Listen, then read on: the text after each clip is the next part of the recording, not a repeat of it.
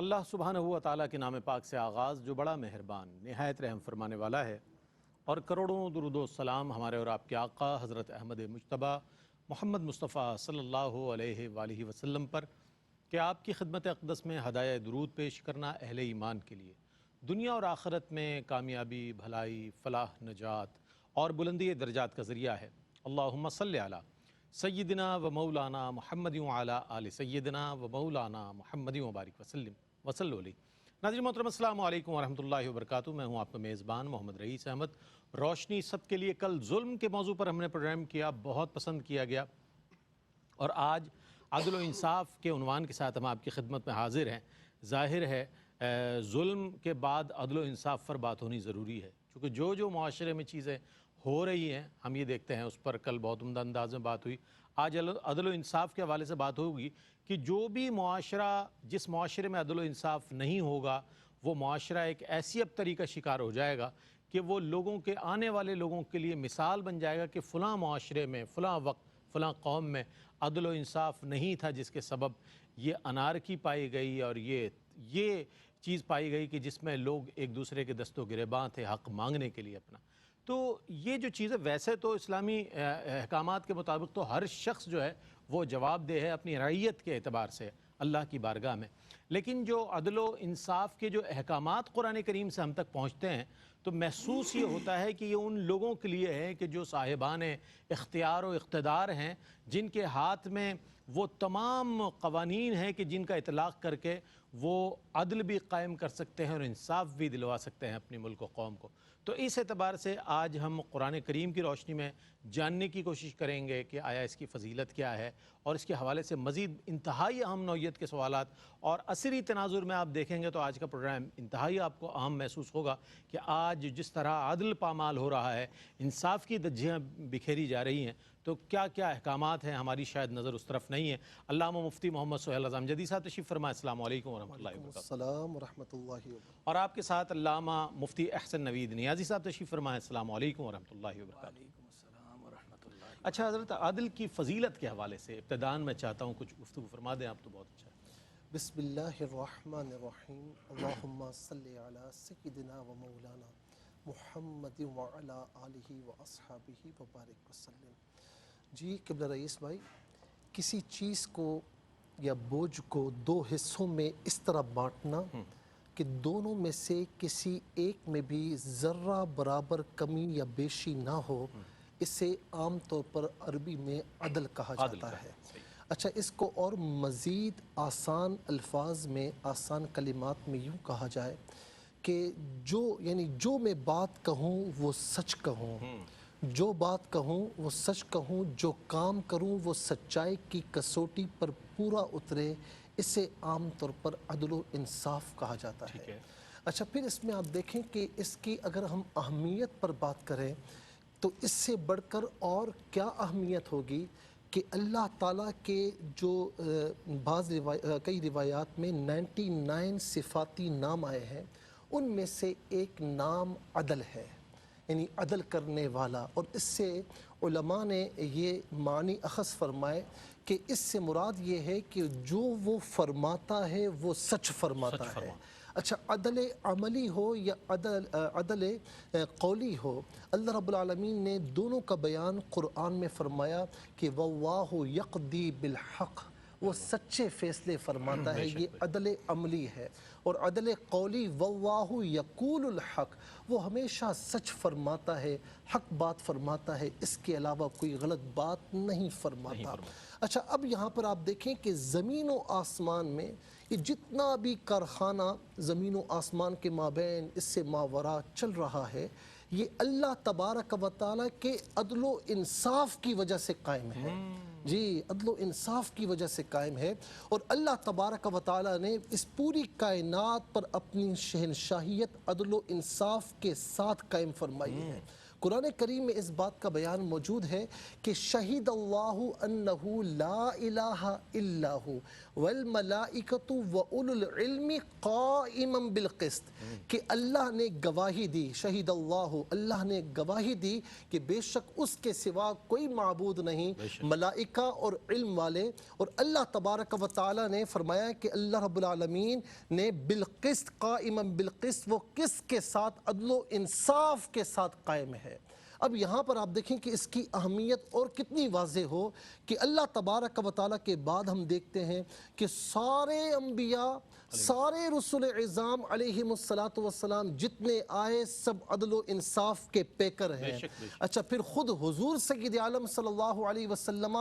سب سے بڑھ کر عدل و انصاف فرمانے والے ہیں۔ اور پھر اس کے ساتھ عیسیٰ علیہ السلام جب قیامت کی علامات ہوں گی، ایک بڑی علامت یہ ہے کہ عیسیٰ علیہ السلام آسمان سے نزول فرمائیں گے۔ تو ہم نے یہ بات پڑھی، سب نے سنی بھی ہوگی کہ عیسیٰ علیہ السلام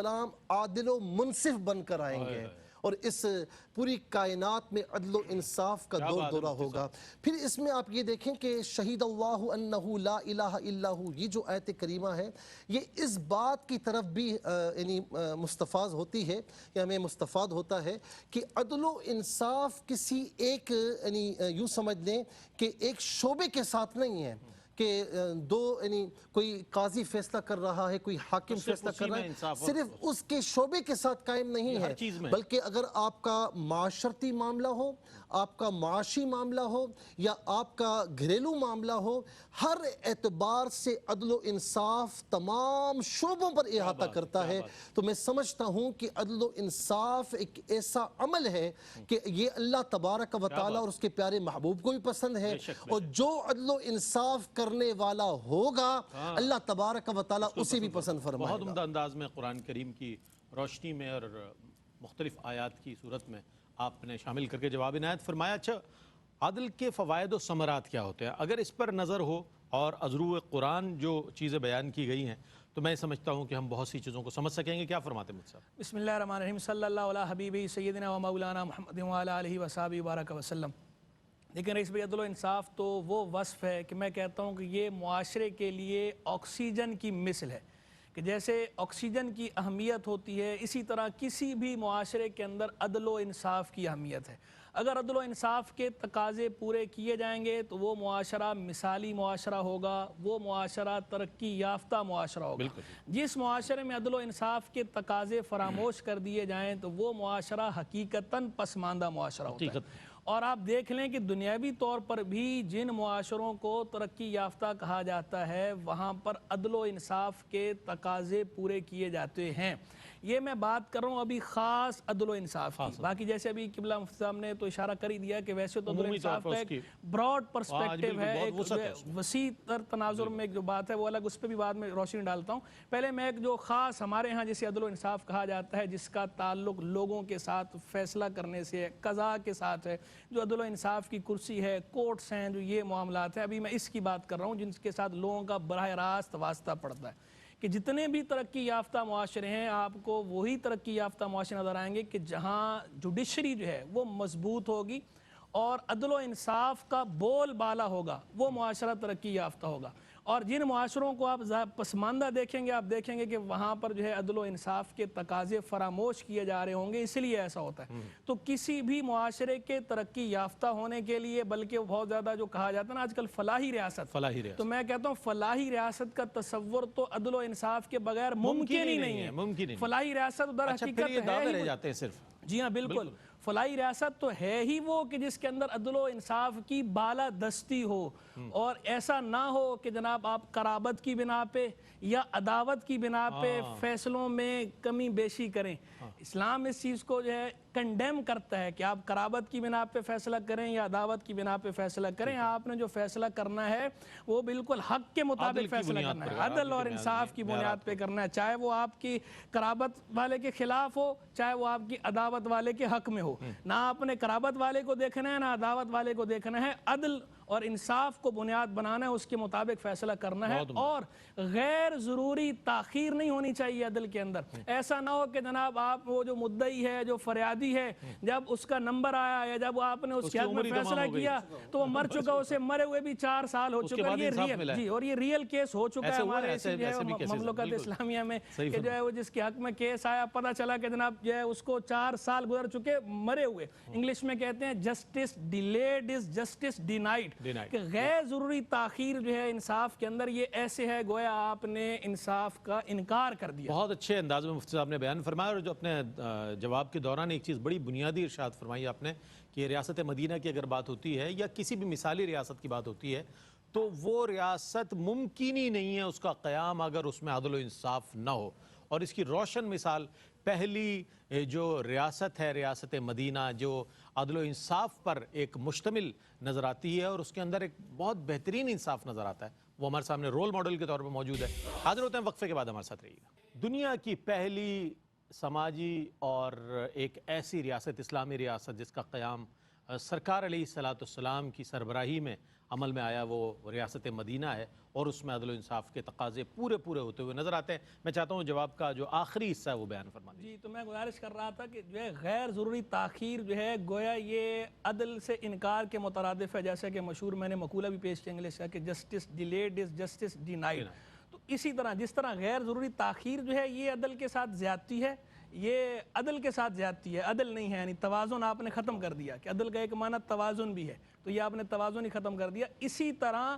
عدل کے اندر غیر ضروری تعجیل انصاف میں یہ بھی درست نہیں ہے کہ آپ تقاضے تو پورے کریں، ایسا نہ ہو کہ اتنی جلدی ایویڈنسز تو آنے دیں آپ۔ ایسا ہے کہ ہم دیکھتے ہیں کہ بعض مخصوص لوگوں کے تو اتوار کو بھی عدالت لگ جاتی ہے اور فیصلے ہو جاتے ہیں، دیکھیں ایسا بھی ہوا ہے، یہ بھی ہمارے یہ وہ جو انگلش میں کہتے ہیں نا جسٹس ہریڈ از جسٹس بریڈ، کہ جلدی فیصلہ کرنا ایسا ہے جیسے آپ نے انصاف کو دفنا دیا ہے۔ یعنی جس طرح غیر ضروری تاخیر جو ہے وہ عدل کی موت کے مترادف ہے، اسی طرح غیر ضروری اور بے جا تعجیل جو ہے یہ بھی عدل کی موت کے مترادف ہے۔ تو نہ بے جا تاخیر ہو اور نہ ہی غیر ضروری تعجیل ہو، جو عدل و انصاف کے تقاضے ہیں ان تمام تقاضوں کو پیش نظر رکھ کر عدل و انصاف کرنا چاہیے۔ یہ تو بات تھی خاص ہمارے قانون اور انصاف کے حوالے سے۔ پھر اس کے بعد اگلی بات وہ ضرور میں کہنا چاہوں گا کہ میرٹ کی،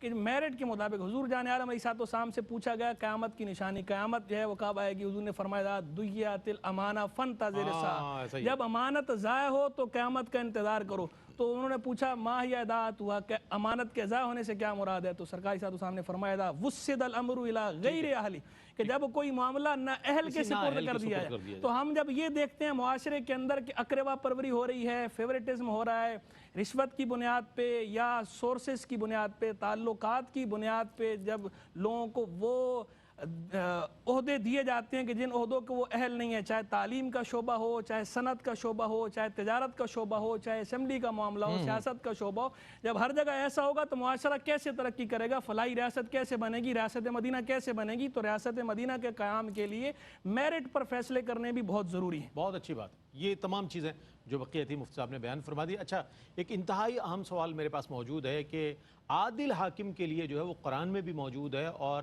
حدیث مبارکہ میں بھی اس کا تذکرہ ملتا ہے، تو اس کی خصوصیت کے حوالے سے کیا چیزیں ہیں؟ چونکہ اب ظاہر ہے ابتدا میں بھی یہ بات ہوئی، کیا فرمائیے گا؟ دیکھیں قبلہ مفتی صاحب نے جو ایک بات کہی نا کہ عدل و انصاف کا ایک نام توازن بھی ہے، تو بڑی یہ بات سمجھ آنے والی ہے کہ جب آپ عدل و انصاف نہیں کریں گے، توازن بگڑے گا تو معاشرے کا توازن بگڑ جائے گا، کائنات کے نظام کا توازن بگڑ جائے گا، ڈس بیلنس ہو جائے گا۔ دوسری بات آپ نے یہ فرمائی کہ غیر ضروری جو تعجیل ہے، دیکھیں ضروری تعجیل ہو تو خیر وہ سیٹرڈے بھی ہو، سنڈے بھی ہو، غیر ضروری تعجیل نہ ہو یہ صحیح نہیں ہے۔ جیسا کہ ملک کو قوم کے وسیع تر مفاد میں اتوار کو عدالت ہاں، اگر کوئی مطلب ضروری تعجیل ہے تو پھر اس میں کوئی حرج نہیں ہے، لیکن ساتھ میں یہ بھی ہے نا کہ جو یعنی حکمران حاکم ہے یا قاضی ہے یا جج سے کہہ لیجئے، اس کے لیے یہ بھی ضروری ہے کہ وہ ان تمام چیزوں کو جانتا ہو۔ پھر اس کے ساتھ ساتھ ایک اور چیز بھی ہے کہ تمام چیزوں کو جانتا ہو، فریقین کی بات سنے۔ ایسا نہیں کہ آپ کی بات سنی فیصلہ دے دیا، میری بات سنی ہی نہیں۔ حدیث پاک میں ہے، ہاں حدیث پاک میں ہے کہ جب تک دونوں کی بات نہ سن لو تو فیصلہ نہ کرو۔ تیسری بات یہ بھی ہے کہ غصے کے عالم میں نہ کرے، غصے کا عالم ہوگا، کسی پر غصہ آیا ہوا ہے تو اس پہ وہ غلط فیصلہ کرے گا، تو فرمایا کہ منع ہے اس طریقے سے فیصلہ کرنا، عالم ہو، منصف ہو، ان تمام چیزوں کو جانتا ہو۔ اچھا، آپ نے ایک سوال کیا کہ یہ جو عادل کے حکمران کے بارے میں ایسا کیوں ہے، اس کی وجہ ہے، فرمایا جاتا ہے کہ الناس علی دین ملوکہم، کہ لوگ اپنے بادشاہوں کے دین پر ہوتے ہیں۔ کیا آپ نے نہیں دیکھا کہ کسی ملک کا سربراہ اگر شلوار قمیص پہنتا ہے تو لوگ بھی شلوار قمیص پہننا شروع کر دیتے ہیں، جو لباس وہ پہنتا ہے لوگ اسے فالو کرتے ہیں۔ ہمارے ہاں ملک پاکستان میں بھی ایسا ہے۔ تو بہرحال حاکم کی ایک حیثیت ہے، حاکم کی ایک حیثیت ہے، اور اس واقعے سے اندازہ لگائے کہ کہیں پر یہ ہوا کہ ایک بادشاہ تھا، بادشاہ وقت تھا، کہیں سفر پر تھا اور اپنے قافلے سے بچھڑ گیا، اکیلا ہو گیا۔ تو اب وہ چلتے چلتے ایک باغ میں آیا، باغ کے جو مالک تھا، اونر تھا، اس سے کہا کہ مجھے بھوک بھی ہے، پیاس بھی ہے، تو مجھے ذرا کچھ کھلاؤ۔ تو وہ انار کا باغ تھا، تو وہ انار لے کر آیا، اس نے کاٹا اور بڑے تواضع کے ساتھ، وہ جانتا نہیں تھا کہ یہ بادشاہ کون ہے، بادشاہ نے کھایا تو بڑا ہی میٹھا اور ایسا لذیذ کہ کھانے سے پیاس بھی بجھ گئی اور بھوک بھی رفع ہو گئی۔ کہا کہ دوسرا لاؤ۔ اچھا، اب وہ دوسرا لانے کے لیے گیا تو اس نے ذہن میں یہ خیال کیا کہ اس باغ کو مجھے ہتھیانا ہے، یہ بڑا بہترین باغ ہے، بڑے بہترین انار ہیں، اس کو میں چھوڑوں گا نہیں، یہ ہتھیار لوں گا۔ سارا محلے وقوع سے دیکھا۔ اب جب وہ دوبارہ انار لے کر آیا، یہ کھانے لگا تو انتہائی کڑوا۔ تو اس نے کہا کہ یار یہ آپ کہاں سے لے کر آئے ہو، یہ تو انتہائی کڑوا ہے، وہ بڑا میٹھا تھا۔ تو کہا کہ باغ تو یہی ہے، لیکن لگتا ہے کہ ہمارے بادشاہ کی نیت خراب ہو چکی ہے، تو اسی لیے۔ اب آپ دیکھیں قرآن کریم نے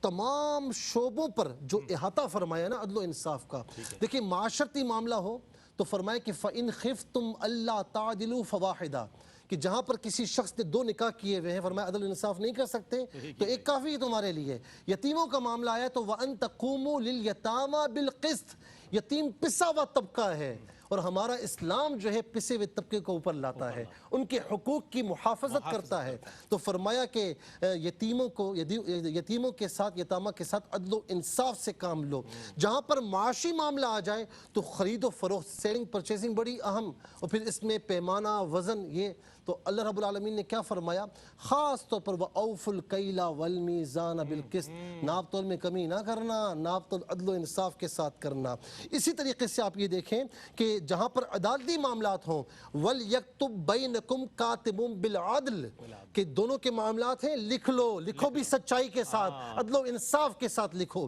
جہاں پر شہادت کا فیصلے کا موقع آیا تو فرمایا کہ وَإِذَا قُلْتُمْ فَعْدِلُوا، جب کہو یعنی تم گواہی دو یا فیصلہ کرو تو فرمایا کہ وَإِذَا قُلْتُمْ فَعْدِلُوا، عدل و انصاف سے کام لینا، وَلَوْ كَانَ ذَا قُرْبَى، اگرچہ تمہارا سامنے رشتہ دار کیوں نہ ہو۔ پھر ساتھ میں یہ بھی فرمایا کہ خاص طور پر یا ایھا الذین آمنوا کونوا قوامین بالقسط شہداء للہ ولو علی انفسکم، سب سے کٹھن مرحلہ جو ہوتا ہے اپنی ذات کا ہوتا ہے، کہ تمہاری ذات کا معاملہ کیوں نہ ہو، عدل و انصاف کا دامن ہاتھ سے چھوڑنا نہیں۔ اس لیے فرمایا وَإِذَا حَكَمْتُمْ بَيْنَ النَّاسِ أَن تَحْكُمُوا بِالْعَدْلِ، جب لوگوں کے درمیان فیصلہ کرو تو عدل و انصاف کے ساتھ فیصلہ کرنا۔ اسی لیے میرے پیارے نبی علیہ السلام نے فرمایا کہ عادل جو حکمران ہے، عادل حاکم ہے، فرمایا کہ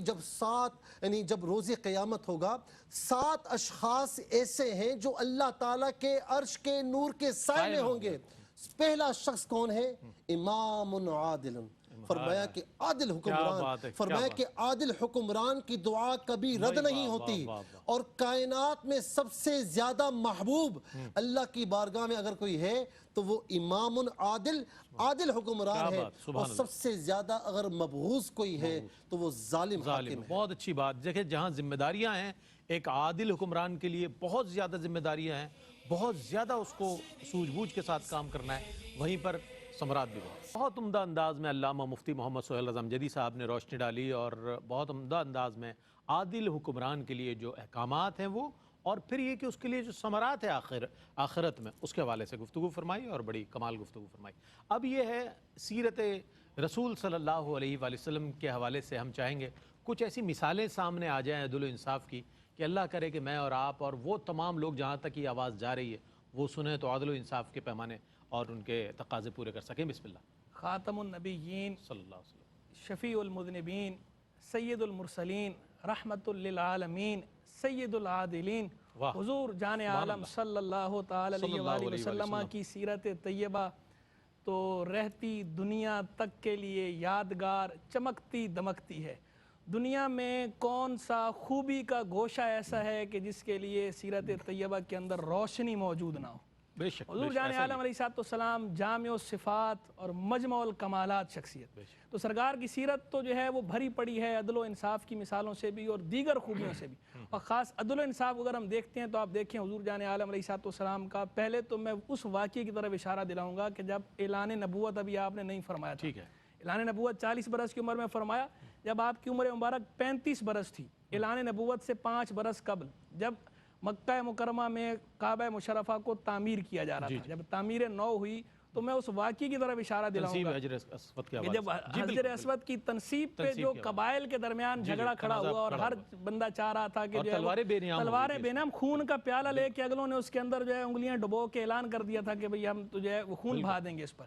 تو آخر بالآخر فیصلہ کیا امام ہوا؟ العادلین نے وہاں پر بھی عدل عدل فرمایا، اور کیسا عدل فرمایا آپ دیکھیں گے، انہوں نے کہا کہ جو سب سے پہلے آئے گا فجر میں اگلے دن وہ فیصلہ کرے گا۔ جب حضور جان عالم علیہ السلام تشریف لائے تو ایک بندے دیکھ کر یہ بے ساختہ پکار اٹھا کہ یہ امین ہے، یہ وہ شخص آئے ہیں جو امین ہیں، ھذا محمد صلی اللہ علیہ وسلم، تو یہ اس پر سارے خوش ہو کے فیصلہ کریں۔ اب آپ دیکھیں حضور جان عالم علیہ السلام نے فیصلہ کیا فرمایا؟ حضور نے جو ہے وہ چادر مبارک منگوا کر اس میں حجر اسود کو رکھ کر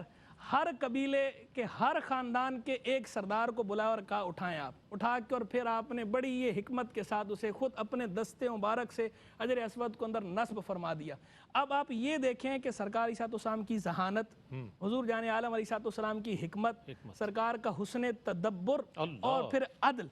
یہ توازن، وہ میں نے پہلے بھی کہا نا توازن، تو یہ توازن دیکھیں کہ ہر قبیلے کے ہر خاندان میں سے ایک سردار کو بلایا اور اسے شامل کیا تاکہ سارے اس شرف میں شامل ہو جائیں، اور خود جب اٹھانے کی باری آئی تو اب جھگڑا نہ ہو تو وہ آپ نے خود اپنے دستے مبارک سے لگا دیا، کیونکہ سب امین ہیں اور سب آپ پہ اتفاق کر چکے تھے، آپ کو صادق اور امین جو ہے مانتے تھے، تو اس لیے وہ آپ نے خود لگا دیا۔ تو سب سے بڑی مثال تو ہمیں یہ نظر آتی ہے کہ اعلان نبوت سے قبل بھی، اعلان نبوت کے بعد تو ہے ہی ہے، اعلان نبوت سے قبل بھی سرکار عیسیٰ السلام کا عدل و انصاف، صداقت، امانت، دیانت مشہور و معروف تھی، اور اگر آپ کتب سیرت اٹھائیں تو باقاعدہ آپ کو وہاں پورا قصیدہ ملے گا اس کے اوپر کہ اس وقت وہ حبیرہ نام کا شاعر تھا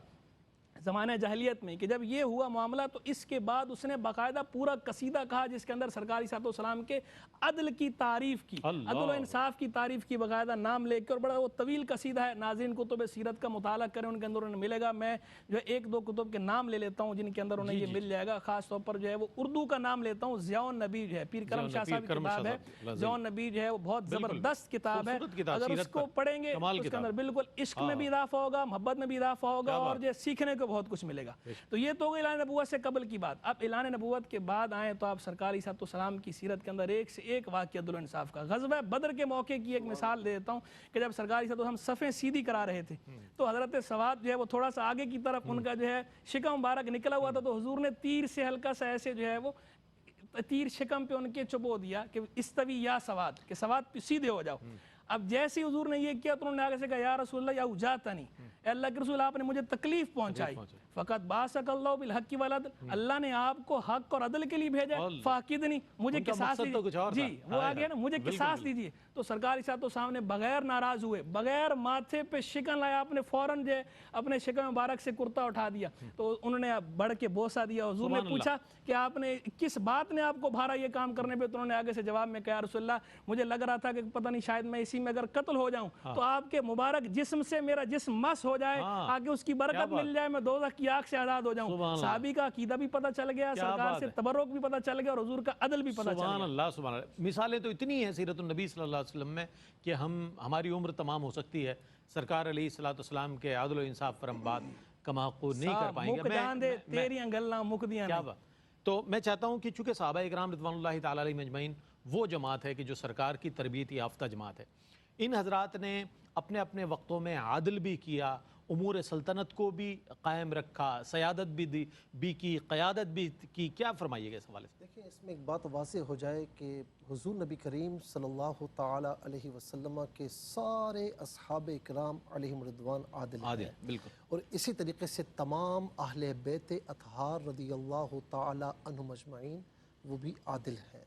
اچھا، ہم ان دونوں سے محبت اس لیے کرتے ہیں کہ ان دونوں کی نسبتیں میرے مصطفیٰ علیہ الصلوۃ والسلام کے ساتھ جڑتی ہیں، ہمارے لیے بس یہی کافی ہے۔ جی، دوسری بات، سیدنا صدیق اکبر رضی اللہ تعالی عنہ نے جب خطبہ ارشاد فرمایا تو کیا فرمایا کہ تم میں سے جو قوی ہے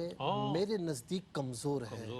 اور تم میں سے جو کمزور ہے میرے نزدیک قوی ہے۔ اور جو قوی ہے نا، جس کو میں کمزور کہہ رہا ہوں، اس لیے کمزور کہہ رہا ہوں کہ تم سے میں حق لے کر جن کا حق ہے ان تک پہنچاتا رہوں گا، اور آپ نے ہمیشہ ایسا ہی کیا۔ حضرت عمر رضی اللہ تعالیٰ عنہ منصب قضا پر تھے، سیدنا صدیق اکبر رضی اللہ تعالیٰ عنہ کے دور میں ایک مقدمہ بھی درج نہیں ہوا، یہ حال تھا۔ حضرت عمر رضی اللہ تعالیٰ عنہ کا معاملہ ایسے عادل و منصف کہ جب موقع آیا تو زید بن ثابت رضی اللہ تعالیٰ عنہ کی بارگاہ میں، وہ قاضی تھے، ان کی عدالت میں ایک عام شہری بن کر حاضر ہوئے، تشریف فرما ہوئے۔ جب عدل کا موقع آیا تو غسانی بادشاہ جس نے ایک عام شخص کو مارا تھا تو بڑی عدالت میں فرمایا کہ تم اس سے بدلہ لے لو، چاہے وہ بادشاہ کیوں نہ ہو۔ ایک والی مصر کے بیٹے نے ایک عام مصری کے بیٹے کو مارا، کھڑا کیا، فرمایا کہ اس بڑے کے بیٹے کو چھوڑنا مت، اپنا انصاف پورا کر، اپنا عدل پورا کر۔ یہ آپ کا معاملہ تھا۔ عثمان غنی رضی اللہ تعالی عنہ